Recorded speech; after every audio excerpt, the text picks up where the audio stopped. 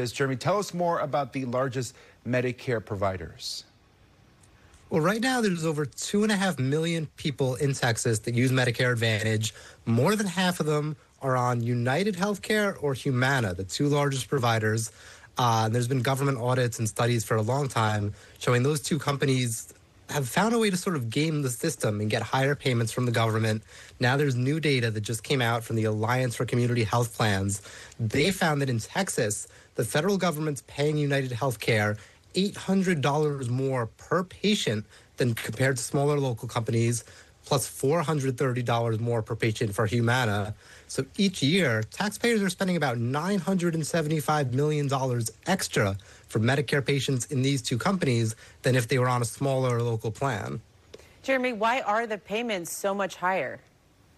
So a big reason is what's called a higher coding intensity. So basically, these companies get reimbursed from the government based on how sick their patients are, which makes sense. If you're covering a risky patient with lots of problems, you need to be reimbursed more money. But that means these companies stand to profit when their patients are sicker. So a lot of times what happens is, say, for example, you go for your annual checkup, you say you're having some soreness in your left hand. Most doctors would probably just ignore that, not even bother writing it on your chart because it's so minor. But if you're getting evaluated by a Medicare Advantage company, they're more likely to write something along the lines of, oh, the patient is developing arthritis in their left hand.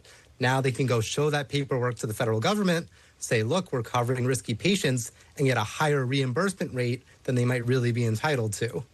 So let's get a bit more specific. How is this playing out here in Texas? So this new data I mentioned shows that in Texas, United is giving their patients a risk score that's 37% higher than normal. Humana is giving their patients risk scores that are 21% higher than normal. And this is expanding and wasting more money because Medicare Advantage in general is growing. 53% of seniors in Texas are on Medicare Advantage right now compared to 43% 5 years ago. And what's happening is these companies are engaging in what's called favorable selection. They're intentionally seeking out patients that will seem risky on paper. So going back to that arthritis example, they'll screen patients and try and accept only the ones that have something like soreness in their left hand, just so they can boost their risk score, get a higher payout from the government. So, Jeremy, what solutions have been proposed to fix this?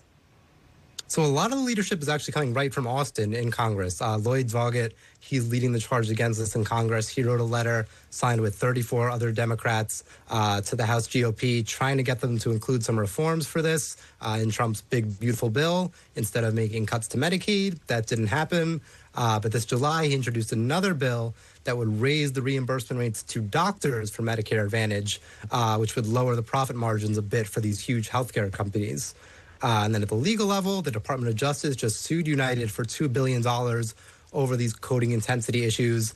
They weren't able to prove, though, that it came to the level of actual fraud. So they lost that lawsuit. They might be considering alternate options now.